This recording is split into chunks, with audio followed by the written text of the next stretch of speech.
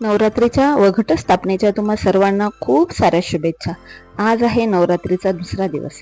सासूबाईंना आणि मला तर 11 दिवसाचे उपवास आहेत. ह्यावेळेस 9 दिवसाचे नाही तर 11 दिवसाचे उपवास आहेत. 11व्या दिवशी दसरा आहे. परंतु मुलं आणि आहोंडला तर नाहीये आणि रात्रीपासूनच सुचत नव्हते की टिफिनला काय करू. मुलांना विचारले की टिफिनला काय देऊ, तर त्यांनी अगदी थोडाही वेळ न घेता लगेच रेसिपी सुचवली, मम्मी आलू पराठा दे.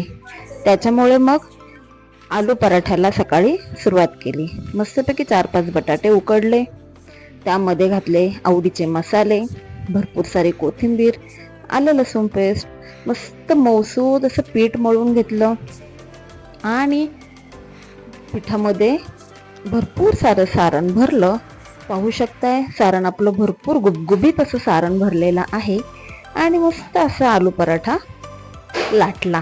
पाहू शकताय अगदी शेवटपर्यंत आपलं स्टफिंग गेलेला आहे आणि अशा प्रकारे हा गुबगुबीतवाला आलू पराठा मी मस्तपैकी खरपूस भाजून घेतला.